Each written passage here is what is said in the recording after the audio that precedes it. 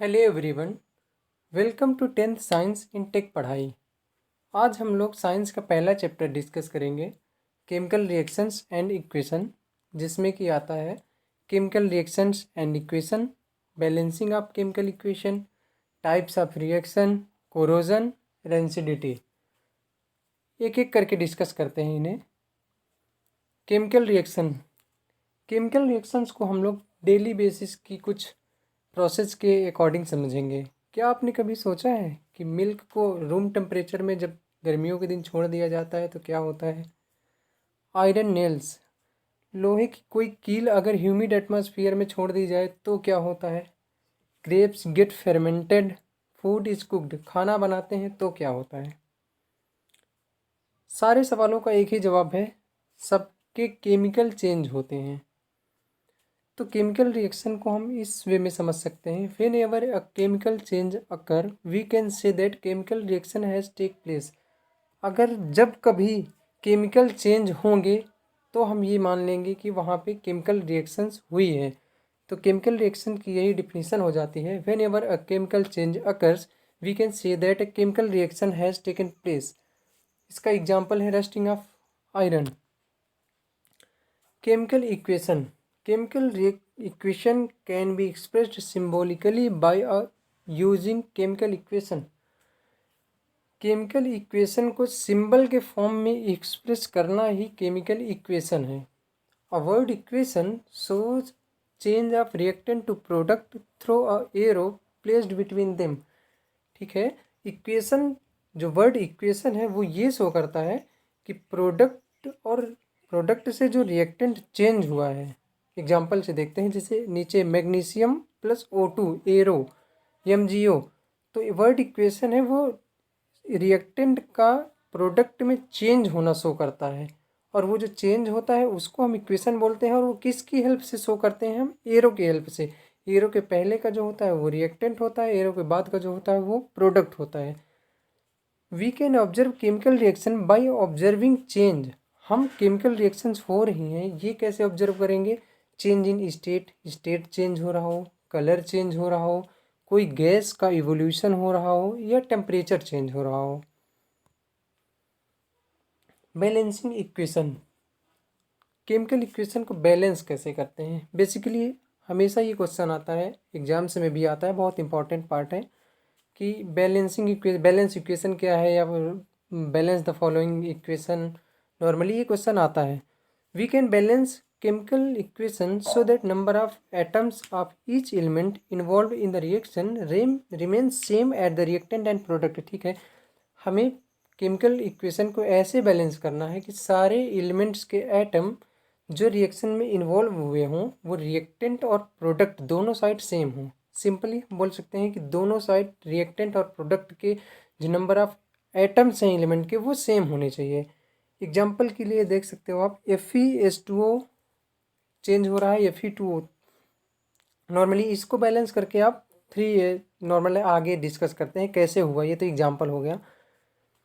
Rules of balancing equation, सबसे पहला rule आता है इसमें, आप केमिकल रिएक्शंस को लिख लो और नंबर ऑफ एटम्स जितने भी एलिमेंट्स के हैं अनबैलेंस इक्वेशन के उसको आप लिख लो। जिससे मैंने ऊपर वाली इक्वेशन के लिए लिख रखा है इस पर।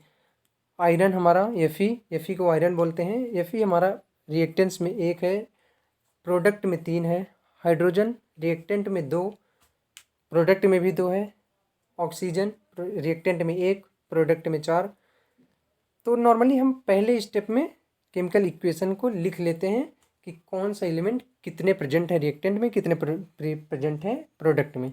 सेकेंड स्टेप आता है, it is often convenience to start balancing with compound that contain the maximum number of atoms, it may be reactant और प्रोडक्ट। सिंपली बोल सकते हैं कि सबसे पहले उस एटम को आप बैलेंस करेंगे जिसका नंबर सबसे ज़्यादा हो। हमारे केस में सबसे ज़्यादा नंबर ऑक्सीजन के हैं, तो हम ऑक्सीजन को बैलेंस करेंगे। इनिशियल में देखिए आप, रिएक्टेंट में 1 ऑक्सीजन है, प्रोडक्ट में 4 ऑक्सीजन है। तो बैलेंस करने के लिए रिएक्टेंट में हमें 4 से मल्टीप्लाई करना पड़ेगा। We have to multiply 4 in reactant side to balance the oxygen. Okay ठीक है, 4 से मल्टीप्लाई कर देते हैं। इसके बाद थर्ड स्टेप जो आता है उसमें examine the above equation and pick up the successive element one by one which is not balance. ऊपर की इक्वेशन में जब हमने इक्वेशन लिख लिया, फिर सबसे जो मैक्सिमम नंबर ऑफ एटम्स हैं जिसके उसको बैलेंस कर दिया, उसके बाद हम देखेंगे कि कौन सा अनबैलेंस है या बैलेंस नहीं हुआ है, और उसको एक एक करके सक्सेसिवली हम लोग बैलेंस करेंगे। अब मान लीजिए मैंने हाइड्रोजन ले लिया। हाइड्रोजन इनिशियल में रिएक्टेंट में 8 है, क्योंकि जब हमने 4 से मल्टीप्लाई किया तो पूरी इक्वेशन में मल्टीप्लाई होता है। उसके बाद प्रोडक्ट में 2 हैं, तो बैलेंस करने के लिए रिएक्टेंट में अगर 8 हैं तो उधर 2 से मल्टीप्लाई करना पड़ेगा, तो तभी 8 8 हो जाएंगे दोनों में। इसके बाद हमने देखा आयरन। आयरन इनिशियल में रिएक्टेंट में 1 है, प्रोडक्ट में 3 है, तो बैलेंस करने के लिए रिएक्टेंट साइड में 3 से मल्टीप्लाई करना पड़ेगा हमें। और सबसे लास्ट में finally we check the correctness of balance equation, we count the number of each. ठीक है, बस वही है नॉर्मल बात कि आप जब लास्ट में बैलेंस आपने मान लिया कि आपने सबसे पहले आपने इक्वेशन लिखी, फिर उस एटम को बैलेंस किया जो सबसे ज़्यादा है, उसके बाद आपने चेक किया जो अनबैलेंस एटम है सक्सेसिवली उनको बैलेंस किया अकॉर्डिंगली जो रिक्वायर्ड है। उसके बाद सबसे लास्ट में आप उसको चेक करेंगे कि दोनों साइड बैलेंस है या नहीं। जैसे हमारे इक्वेशन में ये जो ऊपर हम लोगों ने एग्जांपल लिया था उसका जो बैलेंस इक्वेशन है वो ये आ रहा है, 3Fe सॉलिड स्टेट में है। सॉलिड स्टेट ये आपको लिखना ज़रूरी होता है। कोई भी इक्वेशन जब आप कब तभी परफेक्ट मानी जाएगी जब आप उसको बैलेंस करने के बाद उसके स्टेट को फिजिकल स्टेट के सिंबल के साथ लिखेंगे। S for solid, G for gas, normally ये यूज AQ इक्वस के लिए यूज करते हैं, तो ये हमारा बैलेंस इक्वेशन आ जाएगा। तो बैलेंस इक्वेशन बैलेंस करने के लिए मेनली हमें यही पॉइंट फॉलो करने होते हैं। सबसे पहले हमें जो इक्वेशन दी है उसको सिम्बॉलिकली फॉर्म में लिख लेना है, फिर सबसे ज़्यादा जिसकी नंबर ऑफ एटम्स होंगे जिसको उसको बैलेंस करना है, फिर अकॉर्डिंगली चेक करके उसको बैलेंस करेंगे, और सबसे लास्ट में उसको चेक करेंगे और उसके स्टेट्स को लिख देंगे। बैलेंसिंग के लिए मेनली यही गोल्डन रूल फॉलो करना है। Types of chemical reactions. Chemical reaction कितने टाइप्स की होती हैं एक एक करके डिस्कस करते हैं। सबसे पहला आता है कम्बिनेशन रिएक्शन। जैसे नाम से ही पता चल रहा है, द रिएक्शन इन विच 2 और more substances combine to form a new single substance. 2 या 2 से ज़्यादा सब्सटेंस कंबाइन हो रिएक्टेंट साइड में और प्रोडक्ट साइड में एक नया सिंगल सब्सटेंस प्रोवाइड हो, फॉर्म करेंगे। तो कम्बिनेशन रिएक्शन को नॉर्मली बोल सकते हैं कि 2 या 2 से ज़्यादा सब्सटेंस मिलके एक नया सब्सटेंस बना दें, उसको कम्बिनेशन रिएक्शन बोलते हैं। एग्जांपल के लिए आप देख सकते हो CaO calcium oxide plus water liquid form में कैल्शियम हाइड्रोक्साइड बनाता है, सिंगल फॉर्म है। कम्बिनेशन मतलब 2 का मिलना, एक हो जाना, एक रिएक्टेंट एक नया सिंगल सब्सटेंस उस पर मिलेगा हमें। ये एग्जांपल मैंने इसलिए क्योंकि ये बहुत इंपॉर्टेंट है, इसकी कुछ खासियत है। कैल्शियम हाइड्रोक्साइड जो उसको स्लेक्ड लाइम बोलते हैं, is used for white washing of walls, दीवार की पुताई के लिए यूज किया जाता है। It reacts with CO2 and form is calcium carbonate and give shiny finish to the wall. ये CO2 के साथ रिएक्ट करके कैल्शियम कार्बोनेट बनाता है और वो शाइनी फिनिश कलर देता है, बहुत अच्छा लुक देता है वॉल का। उसके बाद डिकम्पोजिशन। कम्बिनेशन डिकम्पोजिशन जस्ट उसके अपोजिट है, नंबर फिक्स नहीं होता इसमें। डिकम्पोजिशन मतलब टूटना, the reaction in which a single substance decompose to give 2 और मोर सब्सटेंस। डिकम्पोजिशन रिएक्शन वो है कि सिंगल सब्सटेंस टूटे, डिकम्पोज हो और 2 या 2 से ज़्यादा सब्सटेंस बने उससे। कम्बिनेशन रिएक्शन था कि 2 या 2 से ज़्यादा सब्सटेंस मिले और एक बने। डिकम्पोजिशन है कि एक टूटे और 2 या 2 से ज़्यादा बने। डिकम्पोजिशन बहुत सारे वे में हो सकता है, कुछ मैंने यहाँ पे दिया है। थर्मल डिकम्पोजिशन, थर्मल समझ में आ रहा है heat. When a decomposition reaction is carried out by heating, heating के थ्रू जब डिकम्पोजिशन होता है तो उसको थर्मल डिकम्पोजिशन बोलते हैं। ये डिकम्पोजिशन का ही सब पार्ट है। जैसे आप देख सकते हो AgBr सिल्वर ब्रोमाइड उसके प्रेजेंट में, सनलाइट के प्रेजेंट में ऐसे रिएक्ट करता है। इंडोथर्मिक रिएक्शन क्या होती हैं? The reaction which require energy in the form of heat light electric tyre called endothermic reaction. जिसको हीट या लाइट या कोई भी एनर्जी की ज़रूरत पड़े रिएक्ट होने के लिए, उसको बोलते हैं इंडोथर्मिक रिएक्शन। जनरली इसमें एनर्जी, आप एनर्जी बोल सकते हो क्योंकि हीट भी एनर्जी है, लाइट भी एनर्जी है, इलेक्ट्रिक भी एनर्जी। तो जिस रिएक्शन को परफॉर्म होने के लिए या प्रोसेस होने के लिए आपको एनर्जी की ज़रूरत पड़े, उसको आप इंडोथर्मिक रिएक्शन बोल सकते हो। इस पे 2Ba barium hydroxide ammonium chloride ये रिएक्ट करके barium chloride plus ammonium hydroxide बना रहा है। ये हमारी इंडोथर्मिक रिएक्शन है। Exothermic reaction, endothermic energy required होती है, एक्सो एनर्जी रिलीज होगी। Reaction in which heat is released along with the formation of product, product के साथ कुछ हीट भी रिलीज्ड हो। एग्जाम्पल दिया गया है CH4 प्लस O2, मीथेन जब ऑक्सीजन से रिएक्शन करती है तो CO2 और H2O बनाता है। इसके बेसिक एग्जांपल आप डेली लाइफ में अगर लें तो रेस्पिरेशन, हम जो सांस लेते हैं वो एक्सोथर्मिक प्रोसेस होती है, एक्सोथर्मिक रिएक्शन होता है उस पर। इसके बाद आता है डिस्प्लेसमेंट रिएक्शन। नाम से ही समझ में आ रहा है डिस्प्लेसमेंट मतलब कुछ ना कुछ डिस्प्लेस हो रहा होगा। The chemical reaction in which an element displace in other element from its solution. मैंने पहले ही बोला था डिस्प्लेसमेंट मतलब कुछ ना कुछ डिस्प्लेस हो रहा होगा। क्या डिस्प्लेस हो रहा है? एलिमेंट डिस्प्लेस हो रहा है। Reaction in which an element मतलब ऐसी रिएक्शन जिसमें एक एलिमेंट दूसरे एलिमेंट को डिस्प्लेस कर रहा हो सोल्यूशन के फॉर्म में या सोल्यूशन में। जैसे हमने एग्जांपल लिया है आयरन सॉलिड फॉर्म में, कॉपर सल्फेट एक्वस फॉर्म में है, कॉपर को आयरन ने डिस्प्लेस कर दिया तो FeSO4 बन गया। उसके बाद कॉपर सेपरेट हो गया। कॉपर सल्फेट की जो रिएक्टिविटी होती है वो आयरन से, zinc and lead are more reactive element than copper. कहने का मतलब वही है, जिंक और लेड जो होते हैं वो कॉपर से ज़्यादा रिएक्टिव होते हैं, मतलब कि वो डिस्प्लेस कर सकते हैं। ये आप रिएक्टिविटी टेबल में NCERT में दिया गया है, उसको आप टेबल देख सकते हो। अभी आपको टेबल की कोई खास ज़रूरत नहीं है, कुछ मेन एग्जांपल्स हैं जो मैंने इस पर लिया है। इसके बाद डबल डिस्प्लेसमेंट रिएक्शन। डिस्प्लेसमेंट, एक एलिमेंट चेंज हो रहा था, डिस्प्लेस हो रहा था। डबल डिस्प्लेसमेंट मतलब दो चेंज हो रहे होंगे।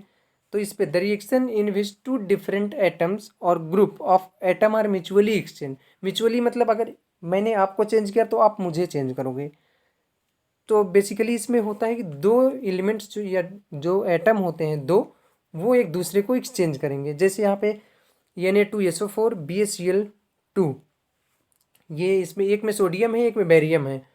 सोडियम सल्फेट के फॉर्म में है, बैरियम क्लोराइड के फॉर्म में है। अगले ही टाइम पे जब प्रोडक्ट हो रहा है तो बैरियम सल्फेट के फॉर्म में हो जा रहा है जो इनसोल्यूबल है, वाइट प्रेसिपिटेट देगा।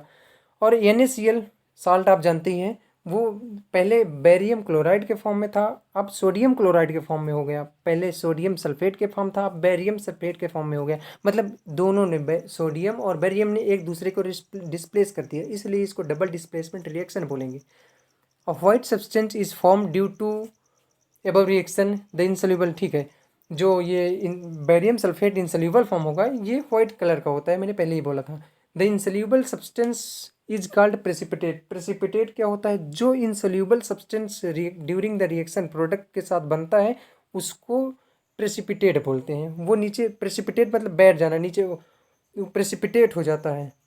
रिडॉक्स रिएक्शन, रिडॉक्स रिएक्शन क्या होती है? जिसमें रिडक्शन ऑक्सीडेशन दोनों हो। The reaction in which one reactant get oxidize while other get reduced. ठीक है, एक रिएक्शन, एक जो हमारा रिएक्टेंट होता है वो ऑक्सीडाइज होगा और दूसरा रिड्यूस्ड होगा। एग्जांपल के लिए आप जिंक ऑक्साइड प्लस कार्बन देख रहे हो, एक रिड्यूस, एक का ऑक्सीडेशन हो रहा है एक का रिडक्शन हो रहा है। यहाँ पे जिंक का रिडक्शन हो रहा है और कार्बन का ऑक्सीडेशन हो रहा है। प्रेसिपिटेशन रिएक्शन, अभी प्रेसिपिटेट बन रहा था। प्रेसिपिटेट मैंने क्या बताया था? प्रेसिपिटेट मतलब इनसोल्यूबल सब्सटेंस कुछ फॉर्म होता है प्रोडक्ट के टाइम जो कि इनसोल्यूबल होता है, वही प्रेसिपिटेट होता है। तो प्रेसिपिटेट रिएक्शन क्या होगी? मतलब जिसमें कहीं ना कहीं आपको प्रेसिपिटेट बनता हुआ दिखे। Any reaction that produce a precipitate is called a precipitate reaction. मतलब कि कोई भी रिएक्शन जो प्रेसिपिटेट प्रोड्यूस करे उसको हम प्रेसिपिटेशन रिएक्शन बोलेंगे। यहाँ पे आप लेड नाइट्राइड, पोटेशियम आयोडाइड, ये जो है एक फॉर्म में है। यहाँ पे PbI2 जो है ये इनसोल्यूबल फॉर्म में होता है, ये प्रेसिपिटेट बनेगा। PbI2 का प्रेसिपिटेट बनेगा, इसलिए हम इसको प्रेसिपिटेशन रिएक्शन बोल रहे हैं। ऑक्सीडेशन क्या होता है? Oxidation is the gain of oxygen और लॉस ऑफ हाइड्रोजन। ऑक्सीडेशन दो फॉर्म में डिफाइन किया गया है। आप लोग जब आगे जाएंगे तो भी पढ़ेंगे। ऑक्सीडेशन, ऑक्सीजन का गेन अगर हो रहा हो तो उसको भी ऑक्सीडेशन बोलेंगे, और अगर हाइड्रोजन का लॉस हो रहा हो तो उसको भी ऑक्सीडेशन बोलेंगे। बेसिकली ये सब चीज़ें आपको रिडॉक्स रिएक्शन 12th क्लास में जब होगा हम लोग भी पढ़ाएंगे, जैसा भी होगा ये आगे देखेंगे। बेसिकली आपको याद रखना है ऑक्सीडेशन क्या है। Oxidation is the gain of oxygen और लॉस ऑफ हाइड्रोजन। एग्जाम्पल के लिए कार्बन रिएक्ट करेगा ऑक्सीजन से तो कॉपर ऑक्साइड बना लेगा। When copper is heated a black colour appears. If this carbon oxide is reacted with hydrogen gas, then again copper become brown and reverse reaction take place। ठीक है, carbon जब copper जब heat करते हैं हम लोग, नॉर्मली जब heat होता है तो वो ब्लैक कलर में चेंज होने लगता है। और क्यों होता है? क्योंकि उस पर कॉपर ऑक्साइड बनता है। तो जब हम कॉपर को हीट करेंगे तो ब्लैक कलर अपीयर होगा। वो क्यों होगा? क्योंकि उस पर कॉपर ऑक्साइड बन जाएगा। अगर कॉपर ऑक्साइड को हमने फिर हाइड्रोजन गैस से पास करा दिया तो कॉपर ब्राउन कलर में चेंज हो जाएगी। क्यों? क्योंकि उसकी रिवर्स रिएक्शन वो टेक प्लेस होगी, मतलब रिवर्स रिएक्शन होगी, मतलब पहले जो कलर चेंज हुआ था वो फिर से नॉर्मल में आ जाएगा।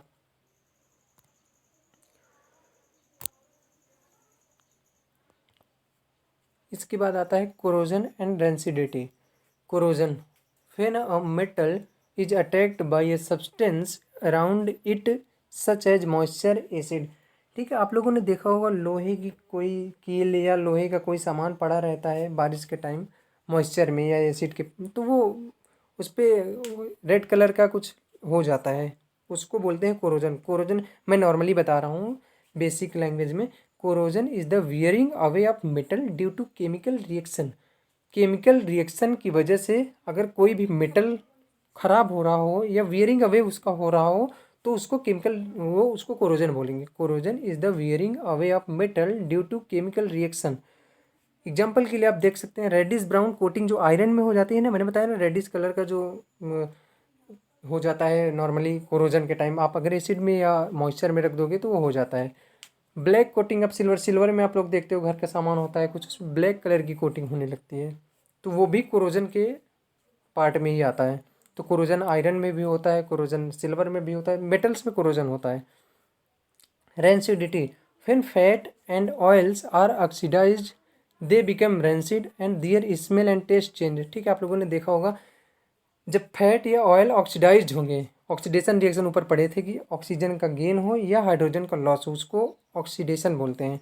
तो जब फैट या ऑयल ऑक्सीडाइज होगा तो वो रेंसिड हो जाता है, तो उसकी स्मेल और टेस्ट चेंज हो जाता है। जैसे आपने नॉर्मली देखा होगा ऑयल से निकाले गए, तेल से निकाले हुए चिप्स अगर आप रख दे रहे हो कुछ दिन के लिए तो उस पर ऑक्सीडाइज होने की वजह से वो इसकी स्मेल बहुत ख़राब हो जाती है, तो वही रेंसिडिटी होती है।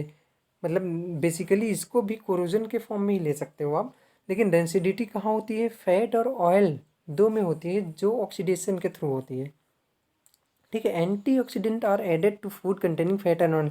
आपने देखा होगा चिप्स वगैरह में गैस होती है पॉकेट में जिसमें वो पैकिंग होती है, वो एंटीऑक्सीडेंट होता है उसमें, ताकि उसको ख़राब होने से, रेंसिड होने से बचाया जा सके।